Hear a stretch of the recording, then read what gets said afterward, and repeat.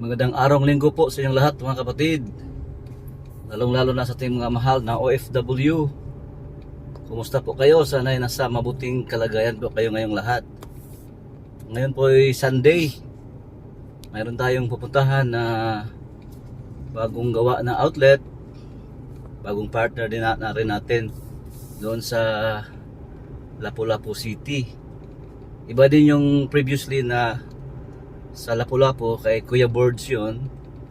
Katapos noon, mayroon tayong bagong ginawa doon sa Talisay City kay John Knox naman yon. And then ngayon, bago na naman ito dito sa Mactan, Kuya Rix Lechon Manok. So tayo din yung gumagawa. Nag-avail din siya sa ating partnership package.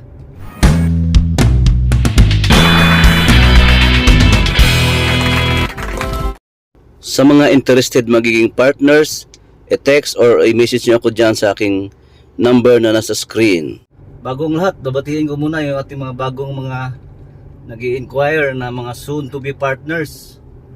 Kaya sila si Sir Marky ng Dubai.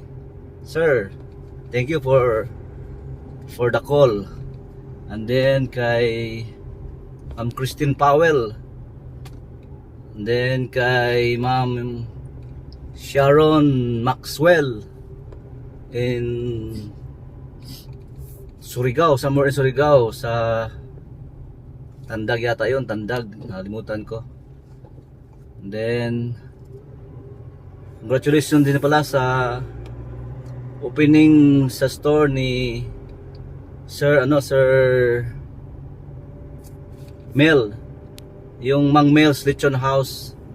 Naaalala nyo ba guys yung pinifeature ko dito sa vlog natin, yung dati lang siya, yung kawayan lang yung ginawa niyang tuhugan, umabot ng 5 hanggang 10 yung bawat tuhugan. Nagmanumano lang siya muna kasi per order siya eh. Ngayon mayroon na siyang bagong outlet at congratulations sa iyo Sir Mel ng Kamiling, Tarlac. Diyan sa Kamiling, Tarlac guys, open na po ang kanyang Lechon House, Mang Mel's Lechon House. Dayuhin nyo guys at lusubin nyo na. Masarap po ang lechon manok ni Mang Mel's. Kaya shout out nga pala kay Sir Renny ng Maasin City, isa ding seaman. Shout out din kay Sir Wilchan Anoos yan sa Saudi Arabia. Kumusta sir? And then sa mga hindi pa na shout out natin, shout out na rin. Okay? Pupunta tayo guys doon sa bago nating ginagawa. Ewan ko kung natapos na ba. Dinadalhan natin ng bricks kasi yung griller kasi natin guys, hindi talaga kasama yung bricks sa presyuhan kasi nga mabigat. Pagpadala natin doon sa kahit saan, iba kasi yung brakes, pag dinadikit mo yan baka naman matanggal along the way, so masisira, mabiak, so doble yung trabaho, tas mabigat pa. So talagang hinihiwalay natin yung brakes kasi marami naman yan eh. Kahit doon siguro dyan sa Luzon or Mindanao, meron kayo makikita ng mga garden supplies or sa mga ceramics, available yung mga bricks na yan. So dito sa amin, meron dito malapit sa bahay namin kaya yung isang natin, partner, dinadala na namin yung griller doon. Walang bricks, so tinutulungan namin i-install din yung bricks kasi tayo din naman yung nagko-construct sa kanyang lechon house. Okay, so panoorin nyo guys, tingnan nyo naman. Actually basically ganun pa rin yung natin. Ganun pa rin yung setup natin. Pag magpa-set up kayo ng natin, lechon house, halos pare-pareho yung mga design ng ating mga lechon house. Ang importante kasi doon pagpagawa ng chimney, yung setup ng iba talaga guys kung yung gumagawa ng lechon house niyo ay may alam na talaga kaysa wala talaga siya experience kung paano gagawin. Parang wishful thinking lang mangyayari. Baka may tulad kayo sa ibang gumagawa ng lechon house na hindi natutuloy. So kaya kung gusto nyo talaga paggawa na, since gagastos kayo, paggawa na lang kayo sa marunong na. So katulad dito sa Cebu, kami na lang rin nagsiset up para sigurado hindi na madubli gastos sa mga lechon house ninyo. Okay, no? So by next week mayroon tayong tatlo yata sabay-sabay na pag-openan. Mag-open si Kuya Birds diyan sa Lapu-Lapu, Marigondon Lapu-Lapu. Mag-open din yan si Rix, Boss Rix Lechon diyan sa Lapu-Lapu doon, pero nasa MEPSA Gate 4 siya. Ibo Gate 4 MEPSA. Ibang kaiba yung lugar. Sa Lapu-Lapu pa rin. And then sa Talisay City din mag-open din si Janox Lechon House. Lahat po guys ay mga bago nating mga partners sila. Tapos na po yung training nila. Ano na lang, waiting na lang po sa opening day. And then shout out pala kay Sir Joe nasa US. Dito yung papa niya at yung pamangkin. Nagpapadala sila ng tao dito na magti-training sa pag-process, kasi mag-o-open na rin siya doon sa Butuan City. Pero since ginagawa pa yung hindi pa natin alam kung kailan talaga yung opening nila. Pero sa Butuan City yan guys, kay Sir Joe. Hindi pa rin natin alam kung anong pangalan nila. Dito nga sila, yung papa ni Sir Joe at saka yung pamangkin dito. For 3 days sila dito nagte-training. Okay, so samahan nyo guys, samta na tayo doon sa Lapu-Lapu City.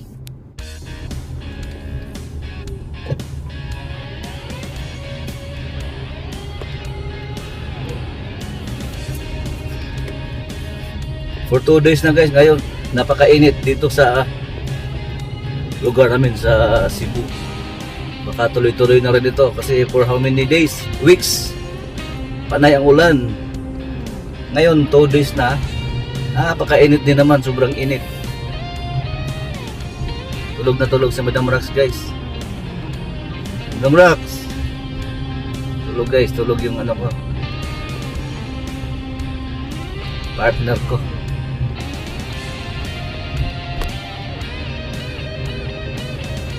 Pasensya na, for 2 weeks talaga wala tayong vlog, pero meron tayong live doon, meron tayong mga tips.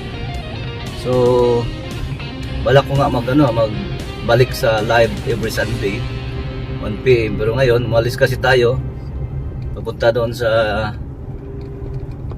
bagong outlet na ginagawa natin. So gumawa na lang ako ng vlog along the way para mayroon tayong may upload.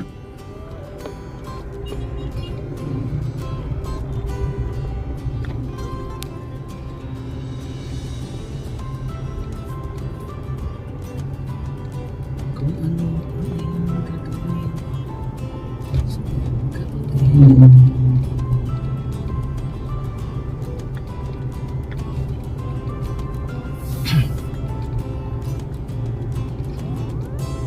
Siya nga pala guys, sa mga bago nating mga applicants, bagong mga partners, ganito po yung natin set up. Pag mag-apply kayo, pag maghanap kayo ng pwesto, kasi gusto nyong makipag-partner sa atin, bago kayo maghanap sa area, magtanong muna kayo sa akin kung dyan sa area na paglalagyan nyo ay mayroon na bang nauuna. Kasi nangyari na rin kasi sa atin na mayroong nag-inquire sa akin, incidentally yung pwesto na nahanap niya ay kaharap doon yung paglalagyan na rin natin. So dito lang naman kasi yan nangyari sa Cebu. So hindi pa lang kasi nagawa yung tindahan dahil nga hinihintay pa yung naka-renta doon na, kasi aalis siya ngayong katapusan. Ngayon mayroong nag-inquire doon sa harapan, sa kabila din, gusto din lechon house, pero hindi pa kami nag-usap. Hindi pa kami nag-usap na magpagawa din sila ng lechon house. Kaso lang nauna na yung isa, ating partner. So in-advisean ko na lang na hanap lang kayo ng medyo malayo kasi ayaw ko ring tayo lang kasi tapos nagkompetensya, no?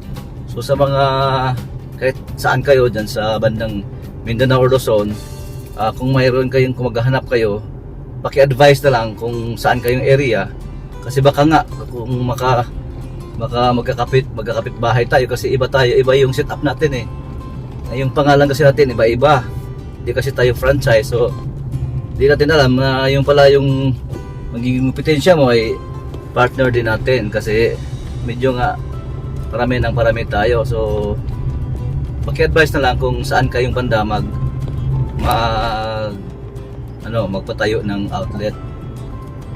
Tulad dyan sa Rizal, meron diyang sa Antipolo City, meron kasi nauna si Sir Lito, 4 na outlet yung gagawin niya. So in case may gagawin kayo, magtatanong din kayo kung sa mga magiging katabi nyo kung baka naman meron tayo dyang nauna na kapartner na, kasi di ko na kasi ma-memorize yung mga partners natin kasi mga pangalan lang din sa Manila din, yung kapatid lang nakakilala. So di ko rin alam kasi yung iba bumibili lang ng solusyon natin. So sa mga existing na, pwede rin pakitingin din sa yung mga bagong katabi, baka kapartners na rin natin yan, nagiging kompetensya nyo. Kasi guys darating yung panahon na dadami tayo kasi hashtag tayo 1,000 stores nationwide. Iba ka nga by 2030, so dadami na tayo. So baka naman magiging kompetensya na. Kaya may namabuti ko nga bawat bagong partners ay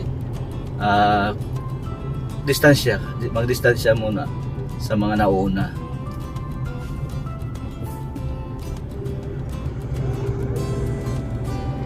Okay lang dito sa Cebu kasi ko naman ma-monitor dahil nandito ako. Yan sa Luzon, hindi ko alam kung saan yung iba. Pero naman siguro makilala din naman yan kasi halos lahat naman sa yung mga pangalan na nagiging partners natin yung sa nagpakilala, nilagay ko naman sa vlog natin yung mga pangalan. So siguro makilala nyo rin sila later on.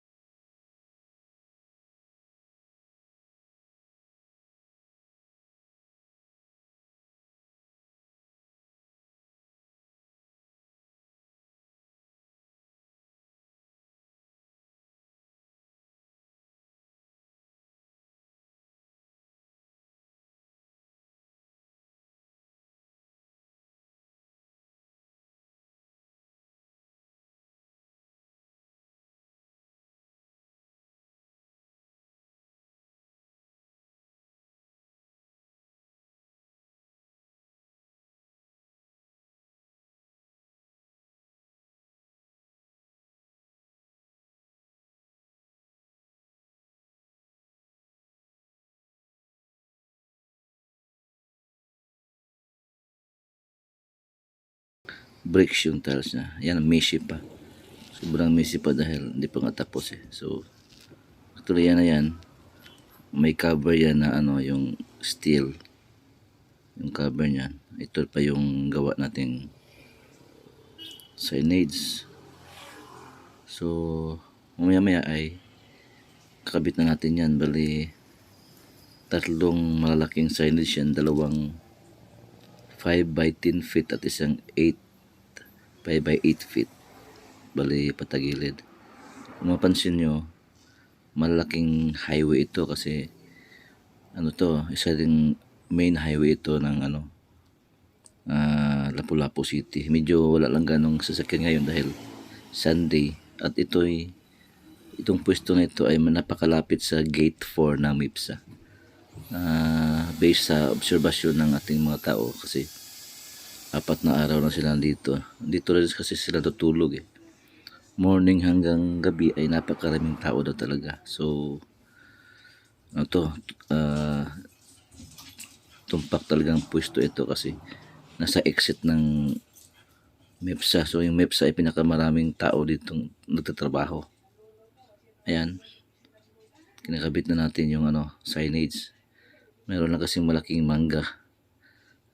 Bawal din kasi puputulin yan. So, mas maganda nga malaki yung signage para kitang-kita.